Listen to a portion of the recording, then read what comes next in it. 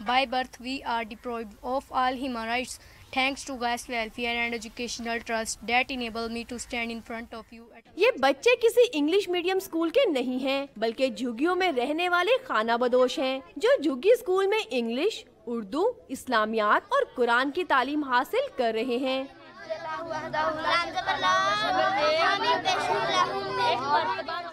زیر تعلیم بچوں کا عزم ہے کہ چاہے حالات کیسے بھی ہوں وہ پڑھ لکھ کے اپنا، والدین اور ملک و قوم کا نام روشن کرنا چاہتے ہیں۔ ڈاکٹر بننا چاہتی ہوں، مجھے بہت اچھا لگتا ہے ادھر پڑھنے کی، تو میں قرآن پاک پڑھنا چاہتی ہوں اور بچوں کو بھی پڑھانا چاہتی ہوں، ڈاکٹر بھی بننا چاہتی ہوں۔ انجینئر بننا چاہتا ہوں، میں یہاں پر آتا ہوں، مجھے بہت اچھا لگتا ہے۔ قاری صاحب ہمیں حدیثیں پڑھاتے ہیں، نماز پڑھاتے ہیں، قرآن پاک پڑھاتے ہیں۔ نجی تنظیم کے تحت ملک بھر میں اب تک 30 اسکول قائم ہیں جبکہ لاہور میں ابھی تک 8 مدرسوں میں 450 بچے زیر تعلیم ہیں۔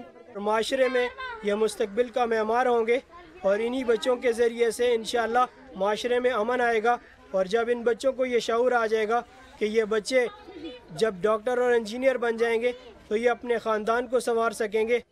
انتظامیہ کے مطابق اسکولوں میں ابتدائی طور پر بچوں کو بنیادی تعلیم، تربیت اور آداب سکھائے جا رہے ہیں جس کا دائرہ آئندہ آنے والے دنوں میں وسیع کر دیا جائے گا۔ کیمرہ مین فاروق احمد کے ساتھ کنزہ ملک، ڈان نیوز، لاہور۔